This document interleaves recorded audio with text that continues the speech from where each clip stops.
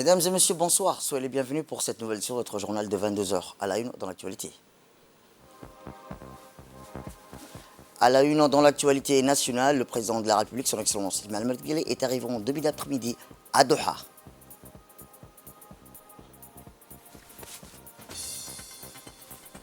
Toujours dans l'actualité nationale, la Banque centrale a organisé la conférence du système d'information sous son acronyme BCA au Campus Palace.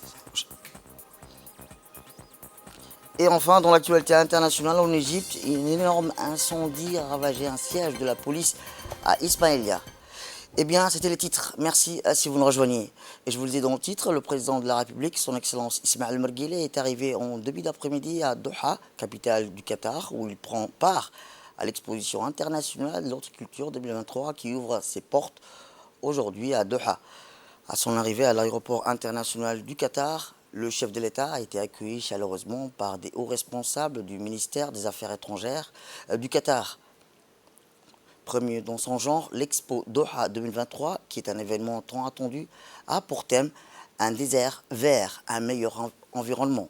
Situé dans un cadre unique, l'expo de cette année se tient au cœur du capital, dans un lieu botanique et luxuriant, aménagé pour l'occasion, qui sera pendant 6 mois un lieu de rencontre internationale pour parler des techniques et les perspectives d'accroissement des produits tirés des récoltes de la terre. L'objectif de l'Expo internationale de l'horticulture est de célébrer la beauté de la nature tout en mettant en lumière des questions cruciales telles que la conservation de la biodiversité, la culture durable et l'importance de la préservation des écosystèmes fragiles. Des experts horticulteurs, des chercheurs en botanique et des environnementalistes du monde entier se sont réunis pour partager leurs connaissances et leur passion avec les visiteurs.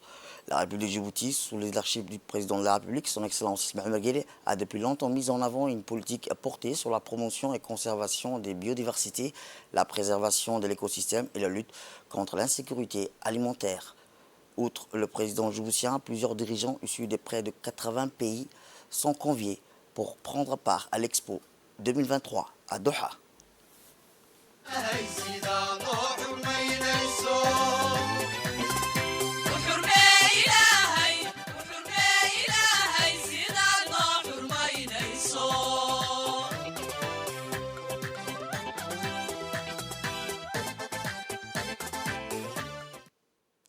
Eh bien, arrivé sur le lieu, le chef de l'État, son Excellence Ismaël Omar Guelleh, a pris part cet après-midi au lancement de la foire internationale de Doha 2023 sur l'horticulture et l'agriculture au Qatar, où, aux côtés d'une dizaine d'autres chefs d'État et de gouvernement, dont les dirigeants des pays hôtes, l'émir Cheikh Tamim bin Hamad Al Thani, initiative aux visées multiples dans la tenue d'une plateforme d'échange sur les voies et moyens visant à assurer un triomphe irréversible dans toute l'étendue du monde, y compris dans les régions les plus arides, sur les scènes des défiances agricoles. La cérémonie d'ouverture de l'Expo 2023 à Doha a pris départ avec une photo de famille des leaders politiques participant à son lancement. Événement riche en symbolique, elle intègre également un processus de plantation assignant chacun des leaders politiques participant à la foire 2023 à Doha à procéder à l'arrosage d'un arbuste avant de visiter à bord de voitures électriques le gigantesque parc d'exposition érigé Al-Bida, célébré site surplombant le golfe arabo-persique. Mais c'est sans doute la projection et l'attention des chefs d'État et de gouvernement réunis à Doha de focus instructif sur la notion de désertification et ses corollaires les plus insoutenables dans les pénuries d'eau, la réduction des surfaces cultivables qui a contribué à la principale étape ce premier jour sur le 180 jusqu'à 28 mars prochain, que considérant l'Expo 2023 Doha. Au lieu d'interaction, à près d'une centaine de délégations venues du monde entier ainsi que des milliers d'autres parties composées des techniciens, scientifiques, professionnels et opérateurs privés, économiques travaillant dans le sillage du secteur agricole, la foire agricole 2023, Doha tire son originalité à travers son refus de cantonner l'œuvre de ses travaux à la réalisation de nouveaux diagnostics sur le risque lié à la dégradation de l'environnement. Son mérite le plus symptomatique réside sans nul doute dans sa propension à interroger en profondeur les raison qui indispose la communauté internationale à souscrire à une mobilisation optimale et générale dans la lutte salutaire pour la durabilité contre les conséquences néfastes posées par le phénomène du réchauffement climatique. C'est pourquoi elle prend part à la figure d'une nouvelle tribune de plaidoirie au service de la mise sur pied du processus contraignant qui engage l'ensemble des sociétés du monde entier en matière de préservation de l'environnement et de réduction des gaz à effet de serre. Eh bien, dans le cadre de ces déplacements à Doha, le président de la République, son Excellence Ismaël Merguele, est accompagné d'une importante délégation comprenant notamment le ministre de l'Agriculture, de l'eau, de la pêche, de l'élevage et des ressources halieutiques, M. Mohamed Ahmed Awale, et du ministre des Affaires étrangères et de la coopération internationale, M. Mahmoud Al Youssouf. À noter également la présence au sein de la délégation conduite par le chef de l'État à Doha de l'ambassadeur de la République de Djibouti auprès de l'État du Qatar, M. Daïb Doubed Roble. Retour à Djibouti où la crise sismique qui a débuté le 28 septembre 2023 à 4h22 heure locale dans le golfe Tadjoura près de l'île Moucha est toujours en cours. Les nombres de tremblements de terre enregistrés ont fortement diminué depuis hier. L'observatoire d'Arta a enregistré plus de 148 événements les dernières 24 heures. Aucun séisme ressenti durant ces dernières 24 heures. Depuis le début de cette crise sismique, l'observatoire géophysique d'Arta a enregistré plus de 1429 séismes. La majorité des séismes ont des magnitudes inférieures à 3. 26 séismes ont des magnitudes comprises entre 3 à 3,5. 17 ont des magnitudes comprises entre 3,5 à 4. 5 séismes ont des magnitudes comprises entre 4 à 4,5. Les épicentres sont toujours localisés à l'extrémité sud-ouest de la fosse d'Obok. Les profondeurs des séismes localisés varient entre 5 à 11 km. Cette crise sismique possède l'ensemble des caractéristiques des crises d'origine volcano-tectonique. Eh bien, afin de renforcer la préparation de la gestion des risques en milieu scolaire, le MENFOP a organisé, rappelons-le hier, un atelier de formation sur la gestion des risques et catastrophes au centre de formation des enseignants et de l'enseignement fondamental.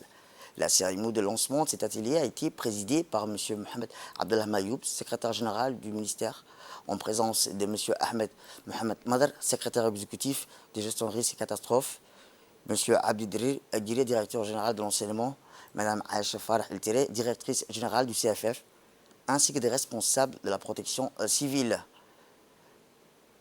Le secrétaire général du ministère de l'Éducation, M. Mohamed Abdallah Mayoub, a souligné l'importance de cette formation en mettant en avant le rôle crucial des chefs d'établissement dans la sécurité des élèves et des enseignants en cas d'urgence.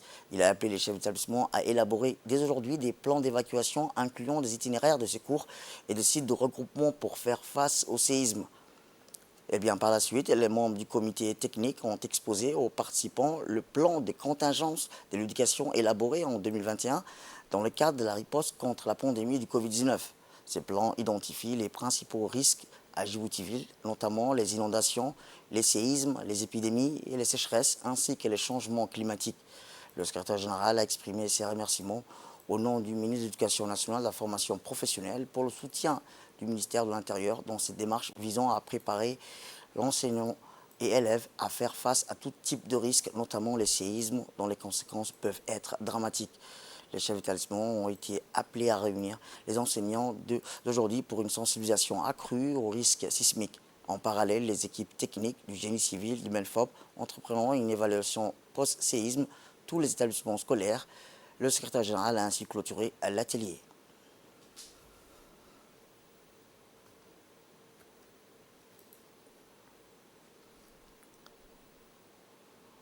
Eh bien, durant cet atelier, tous les acteurs étaient engagés dans l'objectif commun de rendre les écoles, collèges, lycées et centres de formation plus résilients aux catastrophes. Écoutons. Ces derniers temps, nous sommes en train de vivre des secousses sismiques. L'objet de cette formation est de pouvoir gérer, n'est-ce pas, dans nos établissements, ces risques-là. Pour cela, nous avons donc prévu de mettre en place un plan de contingence pour prévoir déjà des risques de vulnérabilité dans chacun de nos établissements, puis de mettre en place un plan d'évacuation, par exemple un point de rassemblement en cas de séisme. Comme on le sait, il y a aussi d'autres risques, bien sûr, l'inondation, mais aussi l'incendie. Donc, pour tout cela, donc, nous avons été sollicités et il y avait pour cette formation également d'autres experts, la protection civile, Et il y avait aussi le secrétaire général donc, de la gestion des catastrophes du ministère de l'Intérieur. Nous avons pu poser des questions sur la manière, n'est-ce pas, de procéder, sur la manière donc de gérer une crise. Et Inch'Allah, comme tous les pays qui sont préparés en avance pour gérer cette crise, nous serons donc à mesure de pouvoir gérer ces crises dans nos établissements, Inch'Allah.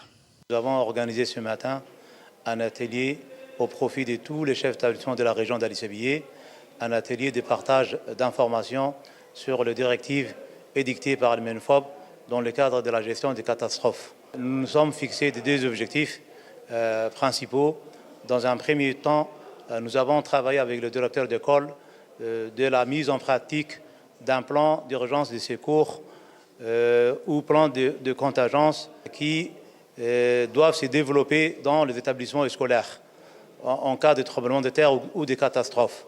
Dans un deuxième temps, nous avons discuté, travaillé sur la vulgarisation de ces plans auprès de la communauté éducative afin que ces derniers puissent être sensibilisés sur les conduites à tenir en cas de tremblement de terre. Donc tout s'est bien déroulé.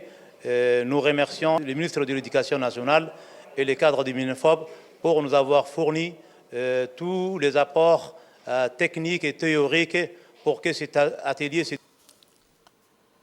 Autre phénomène, cette fois-ci, c'est la région allant de la côte somalienne jusqu'à le golfe de Tadjoura, est actuellement le théâtre d'un phénomène fascinant et vital pour l'écosystème marin. La concentration de chlorophylle due à la floraison, ces phytoplanctons. Ce phénomène annuel a attiré l'attention des chercheurs et des environnementalistes du monde entier. Il est également responsable de la couleur rouge-marron des eaux de la région. Des images tournées par la garde-côte. Le phytoplancton, composé des micro-algues en suspension dans l'eau de mer, est essentiel à la chaîne alimentaire marine et joue un rôle crucial dans la régulation de la composition chimique de l'océan. Lorsque ces micro-algues se multiplient en nombre, elles peuvent donner une teinte rougeâtre ou marron à l'eau de mer, un phénomène connu sous le nom de bloom phytoplanctonique. Ce phénomène de coloration peut être impressionnant à observer, mais il a également des implications écologiques importantes. La floraison de phytoplancton crée un bouleversement dans l'écosystème marin, car elle augmente la disponibilité de la nourriture pour de nombreuses espèces marines. Cependant, un bloom phytoplanctonique excessif peut également entraîner des problèmes environnementaux, notamment une diminution de l'oxygène dissous dans l'eau, ce qui peut nuire à la faune marine. La concentration de folklorique dans les eaux de la Corne d'Afrique est un rappel à la fragilité de nos écosystèmes marins, de la nécessité de protéger ces ressources cruciales pour la vie marine et la planète dans son ensemble. Eh bien, le scientifique du CERD a expliqué que la couleur rouge-marron de l'eau est directement liée à la concentration de chlorophylle dans le phytoplancton. Lorsque ces micro-organismes prolifèrent en grand nombre, eh bien, ils absorbent la lumière du soleil et réfléchissent différentes longueurs d'onde, donnant ainsi cette teinte caractéristique à l'eau. Écoutons-le. Le phénomène de coloration de l'eau de mer n'est pas très récent. Ça a commencé au courant de la deuxième semaine du mois de septembre. Nous avons été alertés par les gardes-côtes djiboutiennes et nous nous sommes rendus sur le terrain, sur le place. Nous avons observé et nous avons identifié une petite tache d'eau colorée entre les îles Moucha et Dalai, la côte nord du golfe de Tadjoura. Donc, à ces jours-là, c'était très limité, ça faisait quelques centaines de mètres. Nous avons pris des échantillons que nous avons ramenés dans ces laboratoires. Et il s'est avéré que c'était des phytoplanctons. Les phytoplanctons, ce sont des microalgues qui ne sont pas visibles à l'œil nu, mais qui sont visibles uniquement au microscope. Mais lorsque leur concentration devient très importante, la couleur devient visible à l'œil nu. Donc, l'observation au microscope a montré en fait qu'il s'agissait d'une espèce de phytoplancton qu'on appelle Longylodinium polyhedra. Bon, je vais un peu rassurer la population parce que ce phénomène est connu. En 2021, le même phénomène a été observé sur les côtes bretonnes. Donc c'était la même espèce, la même couleur d'eau. Le phénomène aussi a été observé à l'ouest de l'Atlantique, en Californie. Et cette année, ça concerne l'ouest de l'océan Indien, le golfe d'Aden et le sud de la mer Rouge. Donc, la coloration de l'eau ne concerne pas uniquement Djibouti, ça concerne toutes les côtes somaliennes, en passant par le golfe de Tadjoura jusqu'à les côtes érythréennes. Donc, ils connaissent le même phénomène, c'est une coloration de l'eau qui est due à la prolifération des phytoplanctons. Bon, quant aux causes de cette prolifération des phytoplanctons, nous n'avons pas de réponse, mais nous avons des hypothèses. Ça pourrait être dû à l'augmentation de la température de l'eau de mer. On est dans le contexte du changement climatique, donc si la température de l'eau de mer augmente, cela peut favoriser la prolifération des phytoplanctons. L'autre facteur qui pourrait entraîner la prolifération des phytoplanctons, c'est aussi l'enrichissement de l'eau de mer, comme les phosphates, le nitrate ou le silicate. Lorsque, par exemple, il y a le dégageage ou bien de façon accidentelle, lorsqu'il y a un enrichissement de l'eau de mer, ça peut donner à la prolifération des phytoplanctons. Donc, dans tous les cas, ce sont des micro-organismes qui se développent lorsque les conditions sont favorables. Et avec le vent, avec le mélange, ça va disparaître dans quelques temps. Autre actualité dans ce 22 heures, c'est aussi une forte délégation composée des membres du gouvernement avec à sa tête le ministre de l'Énergie et des Ressources naturelles. En l'occurrence, M. Younis Ali Guidi, se sont rendus ce matin à P4S pour visiter la nouvelle société djiboutienne de groupe Proxygaz qui a organisé une cérémonie d'exposition de ses produits innovants. Dès son arrivée, la délégation a été accueillie par la directrice de cette entreprise Proxygaz et ses employés. Un accueil chaleureux qui est juste poursuivi par une présentation détaillée qui a été faite par la directrice du groupe Proxy sur les différentes offres et des produits innovants de la société, à savoir le LPG qui est un fournisseur fiable de gaz, le JPL de haute qualité pour un usage résidentiel et commercial, des lubrifiants fiables de haute qualité pour l'entretien des machines, ADNOC Voyage et sa plateforme technique et industrielle. La délégation ministérielle a profité de l'occasion pour échanger avec la directrice du groupe Proxygaz, les présentations et les représentants du personnel et les dirigeants de l'entreprise sur la promotion et le renforcement des différents services et offres qui jouent un rôle prépondérant dans la création d'un environnement sain et propre en cette journée de l'exposition de ces produits. Le groupe Proxygaz a eu l'honneur et le plaisir de présenter à la délégation venue une nouvelle gamme de bouteilles de gaz innovantes. La bouteille de gaz composite, une première en son genre à Djibouti. Rappelons que ces bouteilles composites n'explosent pas. Même lors d'une exposition au feu, c'est dû au composé de fibres de verre ayant une résistance supérieure à l'acier. Malgré la solidité de son alliage, la bouteille composite de Proxygaz s'avère 2 fois plus légère que celle en acier.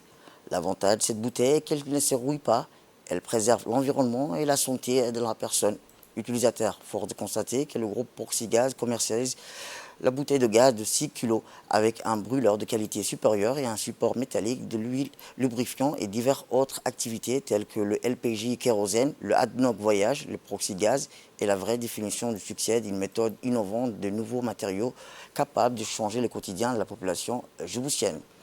Et dans son introduction, le ministre Mohamed Abdelkader Moussa Helem a dans son intervention félicité le groupe Proxygaz pour son travail innovant et effort inlassablement déployé pour arriver à atteindre son objectif pour un élan environnemental plus prometteur. Proxygaz est la vraie définition du succès, a-t-il dit, d'une méthode innovante, des nouveaux matériaux capables de changer le quotidien de la population djiboutienne, a-t-il ajouté. Force est de reconnaître que le groupe Proxygaz, à travers ses différentes offres telles que le GOL, l'huile lubrifiant, le kérosène, le ADNOC Voyage et divers autres produits innovants, à faire preuve d'une détermination constante pour remplir les attentes et aspirations de ses clients et se faisant joindre les efforts du gouvernement dans sa lutte contre le changement climatique grâce aux stratégies et à la politique nationale susceptible de mesurer ou de réduire les émissions de gaz à effet de serre, a-t-il conclu. Il a finalement encouragé le groupe à aller de l'avant. Écoutons le ministre de l'Énergie et des Ressources halieutiques, M. Younis Ali Guidi, lors de la cérémonie d'exposition des produits innovants de Proxygaz. Je suis fier aujourd'hui de constater que le groupe grandit, le groupe se développe, mais aussi le groupe aujourd'hui est dans les normes aux standards internationaux sur tout ce qui est lubrifiant, LPG, lubrifiant, mais aussi respectueuse de l'environnement, tout ce qui est énergie renouvelable, batterie, panneaux, inverteurs, respectueuse de l'environnement et toutes les solutions intégrées. Mais aussi sur la construction. Je suis heureux encore d'être ici, de féliciter en premier lieu les groupes Proxy Group qui, notons, se développent de plus en plus. Nous avons commencé avec les groupes Proxy de travailler il y a plus de 3 ans. Nous avons commencé avec les LPG. Aujourd'hui, sont suivis les kérosènes. Ils sont aux lubrifiants, aux énergies renouvelables, mais aussi à la construction. Donc c'est un grand bravo. C'est une société djiboutienne, c'est une société nationale que nous devons accompagner. Et nous sommes fiers, moi et mes collègues, d'être ici aujourd'hui pour pouvoir dire bravo, grandissez, et le gouvernement sera à vos côtés pour vous faciliter, mais aussi être à vos côtés pour tout ce qui est développement de aujourd'hui, de ces groupes qui devient aujourd'hui aussi un groupe innovateur, un groupe respectueux de l'environnement, mais un groupe aussi qui est à la pointe de la technologie. Bravo et merci encore. Vous étiez en train d'écouter M. Younis Ali Ghedi, ministre de l'Énergie, chargé des ressources naturelles.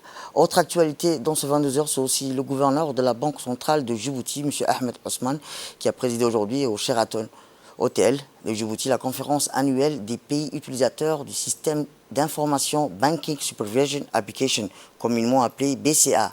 Des experts des différentes banques centrales des 20 pays utilisateurs du système BCA, 60 délégués ainsi que des hauts cadres de la Banque centrale de Djibouti et les différentes banques commerciales de Djibouti ont pris part à cette conférence annuelle qui est organisée par cette banque de Djibouti.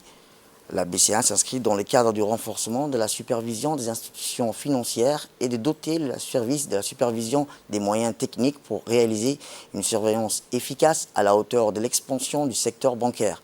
Ces travaux, qui vont se dérouler sur 5 jours, vont permettre aux différents pays d'échanger, de partager des informations essentielles, d'explorer de nouvelles perspectives et de renforcer la collaboration entre les parties prenantes du secteur bancaire avant de clore sur l'évolution et les améliorations du système BCA vers sa version 5.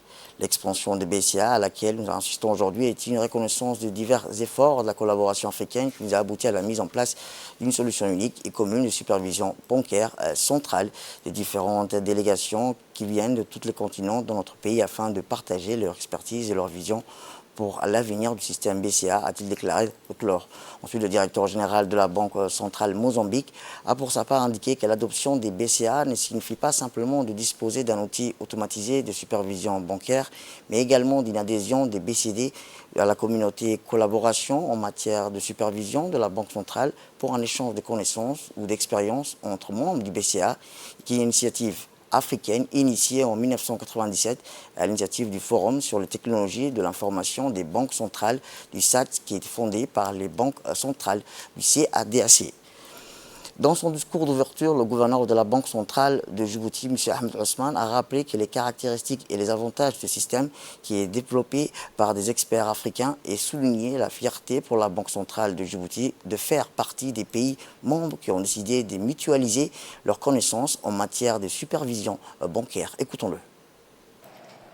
BSA, vous le savez, comme vient de le décrire Omar, mon collègue Omar, est un produit exceptionnel pour notre métier, pour la fonction que nous exerçons en tant que banquier central. C'est un outil de travail qui a été initié il y a maintenant une quinzaine d'années par l'Afrique australe et qui depuis n'arrête pas de faire adhérer l'ensemble des continents. C'est aussi un produit africain qui a été conçu par des banques centrales africaines.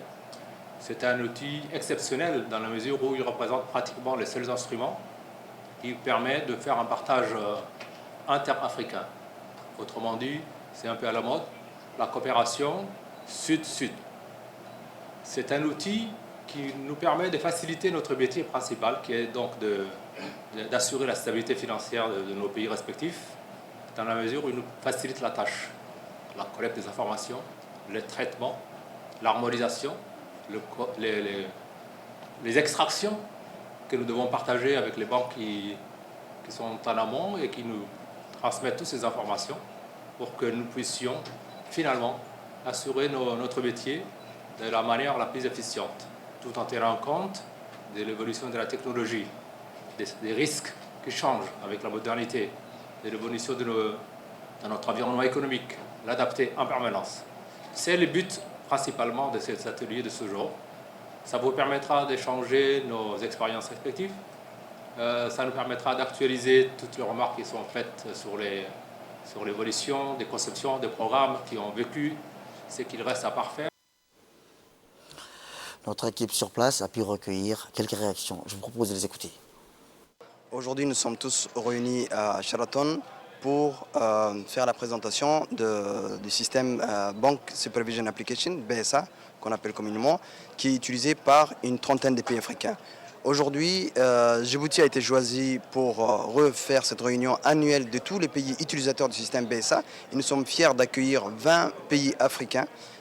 Pour rappel, ce système, c'est un système qui a été développé pour les banques centrales, par les banques centrales des pays de l'Afrique. Et c'est une fierté pour nous de faire partie de cette famille. Et aujourd'hui, la Banque centrale de Djibouti accueille cet événement à Sheraton. Et c'est une fierté pour nous d'accueillir tous ces pays frères ici à Djibouti pour leur présenter les différents progrès qui ont été accomplis et surtout les systèmes BSA, ce qu'il permet. Donc nous allons avoir 5 jours de réunion intense donc à Sheraton et il y aura parmi ces 5 jours il y aura une journée qui sera consacrée à faire une promotion de notre pays, donc Djibouti, et nous allons faire découvrir les merveilles de Djibouti à tous ces pays frères africains. Le ministère de l'Environnement et du Développement durable, en collaboration avec le Programme des Nations Unies pour le développement, a organisé hier, en fin de matinée, un atelier de formation des experts nationaux sur l'inventaire de gaz à effet de serre avec l'outil l'IPCC 2006.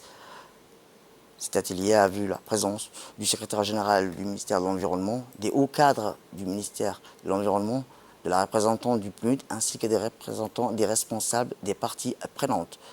La représentante du PNUD a dans son discours précisé l'importance que revêt cet atelier qui a pour objectif, a-t-elle rappelé, de doter les acteurs clés nationaux des compétences et connaissances sur les méthodologies d'inventaire des émissions des gaz à effet de serre grâce au logiciel développé par le groupe d'experts intergouvernemental sur l'évolution du climat.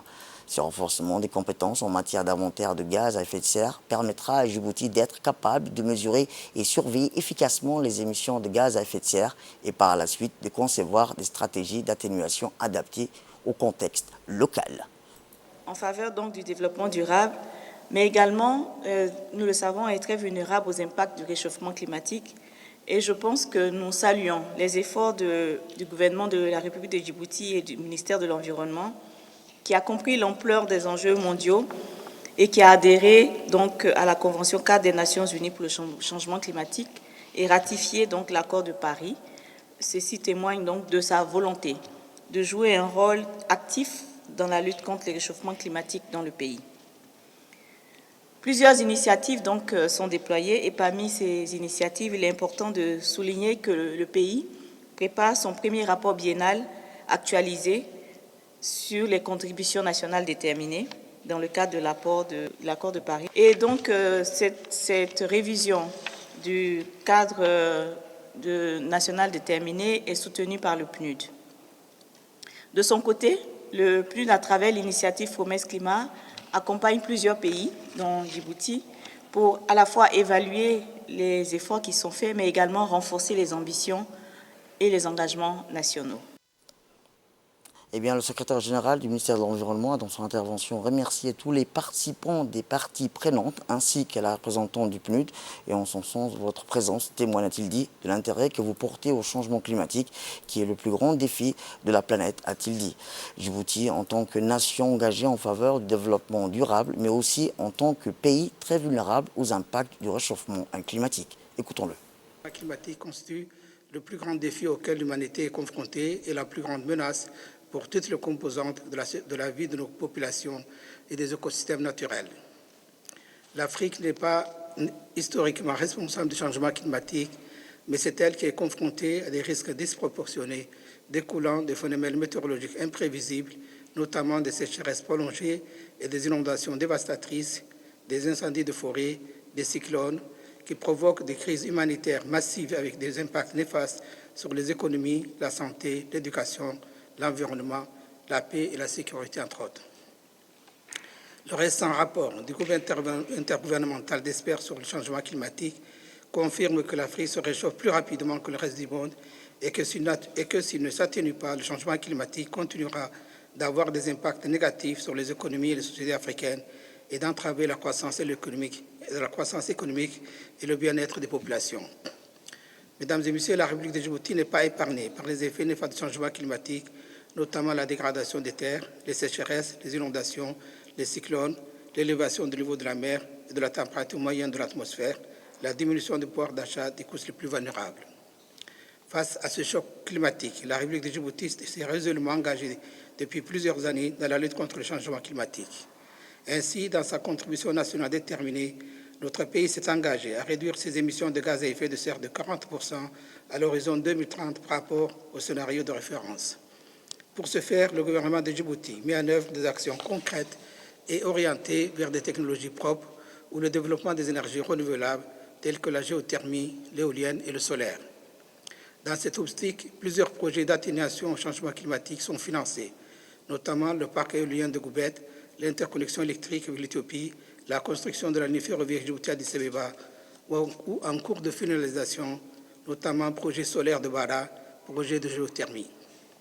En outre, notre contribution nationale déterminée soutient également la transition écologique d'autres secteurs ayant un potentiel d'intégration, comme les zones côtières, le transport, l'agriculture, l'élevage ou la foresterie. Direction le Sud, où une mission du ministère du Travail chargée de la formalisation et de la protection sociale, conduite par le secrétaire exécutif chargé de la réforme de l'administration, s'est rendue dans la région de Dikil pour un atelier de sensibilisation sur les acquis et perspectives de la réforme. Cette mission, composée du secrétaire général du ministère délégué chargé de la décentralisation, Mohamed Aïssa Faraj, du directeur général de l'UNAB, Sharmaki Idriss Ali, a été chaleureusement accueilli par le préfet de Dikil, Hassan Abdurobli, à la préfecture, symbolisant ainsi le lancement de cette initiative cruciale. Eh bien, lors de cette première rencontre, les participants ont eu l'occasion d'un échange courtois et informatif, jetant les bases d'une collaboration fructueuse à venir. Par la suite, la mission s'est dirigée vers le conseil régional de Dikil. Au cours de cet atelier, des sensibilisations sur les acquis et les perspectives de la réforme de l'administration, les participants ont activement discuté, partagé leurs idées et leurs expériences, exprimé leurs doléances. Ces contributions précieuses seront présentées lors du colloque national sur la réforme prévu pour le mois de novembre 2023.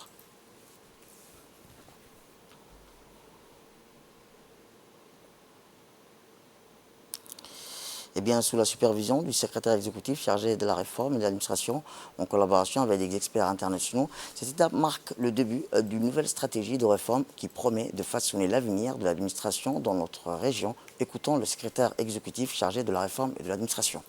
C'est l'opportunité de faire le point sur nos réalisations passées, identifier les défis actuels et futurs et de forger un avenir où l'administration publique de Djibouti sera plus efficace, transparent et au service de notre population. La réforme de l'administration fait partie des priorités du gouvernement, car elle touche à la manière dont notre gouvernement fonctionne au quotidien.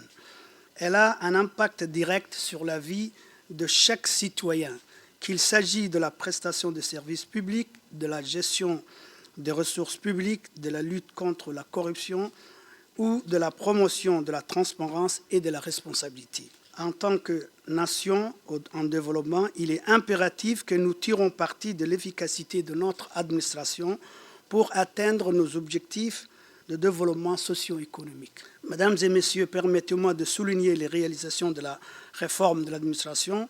Au cours des dernières années, nous avons entrepris des efforts pour moderniser notre administration en matière de renforcement des capacités des agents de l'État, en améliorant les processus de prestation de services par le biais de la déclaration de services aux citoyens, en modernisant les services des impôts et de la fiscalité et en innovant les textes statutaires de la fonction publique pour renforcer la bonne gouvernance. Cependant, il reste encore beaucoup de travail à faire. Nous devons relever plusieurs défis. Au cours du mois de novembre 2023, le ministère du Travail, par le biais du secrétariat exécutif chargé de la réforme de l'administration, organise un colloque national avec l'encadrement des experts internationaux pour entamer une nouvelle stratégie de la réforme. Eh bien, voici les propos du secrétaire général du ministère de la décentralisation, Mohamed Issa Faraj, lors de la cérémonie. Ce n'est certainement pas la première fois que nos deux ministères vont sillonner les régions de l'intérieur, ni pour la première fois, ni pour la dernière fois. Car l'administration n'est pas une structure figée. Elle est amenée à évoluer dans son fonctionnement, dans son organisation, dans son mode de gestion. Et ceci pour mieux répondre aux besoins des usagers. Elle est amenée à évoluer avec le temps et à intégrer des nouveaux paradigmes dans ses objectifs. La notion de rentabilité, comme l'a rappelé mon collègue, la gestion axée sur les résultats, parce que l'administration n'est pas seulement productrice d'un service non marchand, comme on le dit souvent. C'est vrai qu'elle produit, qu'elle mène des activités de service public, c'est-à-dire d'intérêt général, mais ce n'est pas pour autant qu'elle doit se passer de certains principes, comme l'obligation des résultats,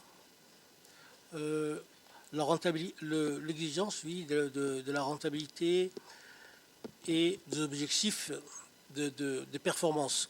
Cela dit, quand on parle de l'administration, elle inclut bien sûr l'administration centrale et l'administration territoriale.